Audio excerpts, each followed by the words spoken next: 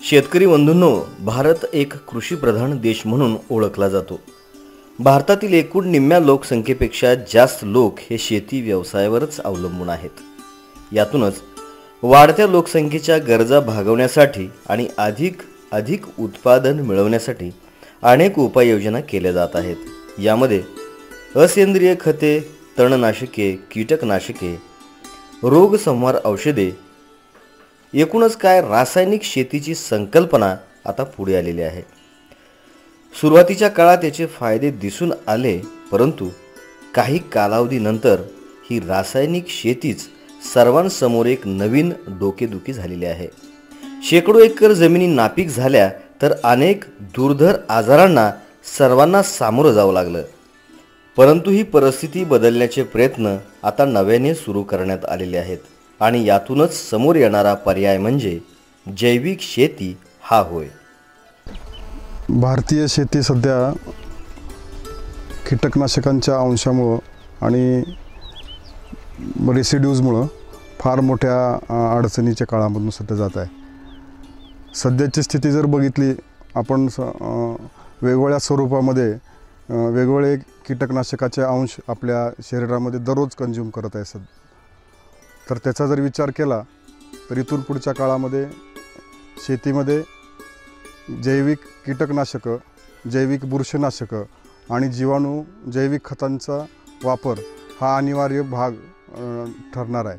तर त्याच्यामध्ये सर्वात महत्त्वाचं झालं तर आपल्याकडं फार मोठ्या प्रमाणात रोगकारक बुरशी आपल्याकडं येत आहेत. त्याच्यामध्ये शेतकरी वेगवेगळ्या प्रकारचे बुरशीनाशकंसुद्धा वापरत आहेत. तर त्याच्यामध्ये नियंत्रणसुद्धा बऱ्याच शेतकऱ्यांना मिळत नाही. ते एक पर्यायी चांगलं जैविक बुरशीनाशक म्हणून ट्रायकोडर्मा विरिडी नावाचं जैविक बुरशीनाशक आपण या ठिकाणी कृषी विज्ञान केंद्रामध्ये प्रोडक्शन करतो. तर एकंदरीत सर्व बाबीचा विचार जर केला तर आंतरराष्ट्रीय स्तरावर असेल, भारताच्या स्तरावर असेल किंवा इव्हन आपल्या महाराष्ट्राच्या स्तरावर जर बघितलं तर इथून पुढच्या काळामध्ये जैविक कीटकनाशकांचा वापरांना फार मोठा वाव त्या ठिकाणी असणार आहे. आणि विषमुक्त अन्न कसं लोकांपर्यंत जाईल आणि आपण कसं ते तयार करू ह्याच्यामध्ये शेतकऱ्यांचा या जैविक कीटकनाशका वापरामध्ये फार मोठाचा गरज इथून पुढच्या काळामध्ये आहे. याच शेती पद्धतीमध्ये रासायनिक खतांऐवजी सजीव गांडुळांचा वापर करून अथवा गांडूळ खताचा वापर करणे हे देखील अतिशय महत्त्वाचे ठरत आहेत. पीक उत्पादन वाढीसाठी जैविक खतांचा वापर गेल्या 10 वर्षातील क्रांतिकारी घटना आहे. यात हवेतील नत्र जमिनीत स्थिर करणाऱ्या ॲझोटोबॅक्टर, ॲझोस्पिरिलम, निळे हिरवे शेवाळ, आझोला, रायझोबियम जीवाणू, ॲसिटोबॅक्टर यांचा वापर करून पिकाला खतावरील खर्चात बचत आणि पीक उत्पादनात वाढ या दोन्ही गोष्टी शक्य होऊ शकतात. पिकांच्या सुरक्षिततेसाठी रासायनिक औषधांऐवजी जैविक कीटकनाशकांचा वापर देखील वाढतो आहे. ऊस पिकावरील खोडकिडा याचा बंदोबस्त ट्रायकोग्रामा या परोपजीवी कीटकामुळे होऊ शकतो. तसेच आज विविध पॅरासाइट्स आणि निंभोळे अर्क तसेच विविध पानांपासून बनवलेल्या दशपर्णी अर्काचा सुद्धा वापर आपणास करता येऊ शकतो. तसेच सर्वांनाच त्रास देणाऱ्या गाजर गवताच्या निर्मूलनासाठी मेक्सिकन भुंग्यांचा देखील वापर आता वाढताना दिसतो आहे. बऱ्याचशा शेतकरी बांधवांनी रासायनिक खत, औषध आणि संकरित विमानाचा वापर चालू केला. यामुळे उत्पादन जरी वाढलेलं असलं तरी उत्पादनाची प्रत जी आहे ती किंवा दर्जा जो आहे तो खूप मोठा घसरलेला आहे. आणि दर्जा एवढा घसरलेला आहे की एकूण जो कोणी फवारलेलं किंवा रासायनिक खत दिलेलं अन्न खाईल तर त्याला अनेक व्याधीसुद्धा आपल्याकडं निर्माण होत आहेत. मग अशा वेळेला जर आपण रासायनिक खताचा, औषधाचा वापर न करता जे महत्त्वाची पिकं आहेत, भाजीपाला असेल किंवा इतर पिकं असतील, त्या पिकावरील कीड रोगाचं नियंत्रण जर जैविक औषधाचा वापर करून केलं तर ह्या ज्या व्याधी निर्माण होणार आहेत तर त्या व्याधीचं प्रमाणसुद्धा निश्चितच कमी होण्यास यामुळं मदत होईल. यामध्ये प्रामुख्याने आपण लातूर जिल्ह्याचा जर विचार केला तर लातूर जिल्ह्यामध्ये सोयाबीन, तूर यासारखी महत्त्वाची पिकं मोठ्या प्रमाणावर घेतली जातात. सोयाबीनचा जर आपण विचार केला तर जवळपास खरीपमधल्या 5,60,000 हेक्टरपैकी जवळपास 4 लाख हेक्टर क्षेत्रावर आपण सोयाबीनचं पीक घेतो. आणि या सोयाबीनवर ज्या महत्त्वाच्या अळीत त्याच्यामध्ये स्पोडोप्टेरा अळी असेल, उंटअळी असेल, घाटे अळी असेल, तर ह्या किडीच्या नियंत्रणासाठी खूप मोठ्या प्रमाणावर रासायनिक औषधाचा वापर शेतकरी करत असतात. मात्र औषधाचा वापर न करताही आपण या अळीचं नियंत्रण जैविक पद्धतीनं अतिशय कमी खर्चामध्ये करू शकतो.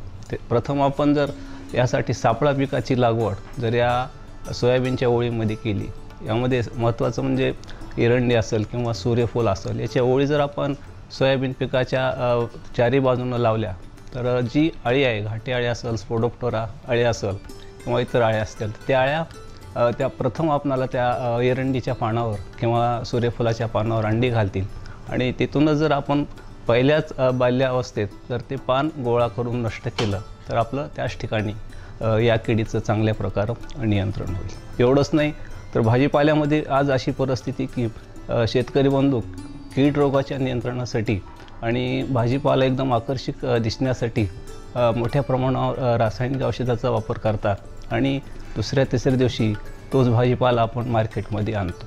अशा वेळेला त्या औषधाचे जे अवशेष आहेत किंवा अंश आहेत, तर ते अंश त्या भाजीपाल्याच्या माध्यमातून आपल्या शरीरात जातात.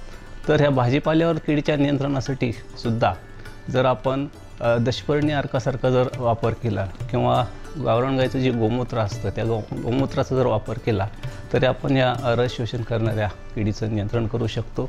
त्याचप्रमाणे काही जैविक बुरशी आहेत, ज्याचा जर वापर आपण केला तर या रस शोषण करणाऱ्या किडीचं नियंत्रण करू शकतो. त्यामध्ये प्रामुख्यानं फर्टिशिलियम लेकानी नावाची जी पावडर बाजारामध्ये उपलब्ध आहे, तर त्या पावडरचा साधारणतः 2 ते 3 ग्राम प्रति लिटर पाणी असं वापर करून जर त्याची फवारणी आपण भाजीपाल्यावर केली तर निश्चितच आपण त्या रस शोषण करणाऱ्या किडीचं चांगल्या प्रकारे नियंत्रण होतं. जिल्ह्यातील लातूर जिल्ह्यातील शेतकऱ्यांचा जैविक कीटकनाशकाकडे आणि वेगवेगळ्या गोष्टीकडे वळण्याचा दृष्टिकोन पाहून मांजरा कृषी विज्ञान केंद्रातर्फे आपण 2010पासून जैविक कीटकनाशक प्रयोगशाळा आपल्या कृषी विज्ञान केंद्रातर्फे चालू करण्यात आली.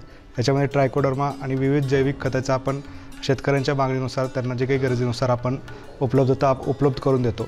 जिल्ह्यातील शेतकरी रासायनिक शेतीकडे रासायनिक कीटकनाशक वगैरे आहेत त्याचा वापर कमी करून जैविक याच्याकडे वळत आहेत आणि ते पुरेपूर करण्यासाठी कृषी विज्ञान केंद्रातर्फे त्यांना वेळोवेळी मार्गदर्शन करून विविध निविष्ठा त्यांना वेळेवर पोहोचण्याच्या दिशेने मांजरा कृषी विज्ञान केंद्राची ही या लॅबमार्फत आपण 2010पासून मोठ्या प्रमाणावर प्रोडक्शन चालू केलं. मुळातच शेतकरी बंधूंनो, जैविक शेतीची संकल्पना ही आधुनिक शेतीचा आत्मा आहे. सेंद्रिय पदार्थांचे विघटन करून वनस्पतींना अन्नद्रव्य मुक्त करून देण्यासाठी जीवाणूंची आवश्यकता असते. मुळातच जैविक खते आणि कीटकनाशके ही रासायनिक खतांपेक्षा स्वस्त असतात. त्यामुळे पिकांची रोगप्रतिकारक शक्ती वाढते, जमिनीची पाणी धरून ठेवण्याची क्षमता वाढते, जमीन पाण्याचा ताण सहन करते आणि बियाणांची वाढ जलद गतीने होते. त्यामुळे जैविक शेती पद्धती ही शेतीसाठी आता अमृतमयी वरदान ठरत आहे.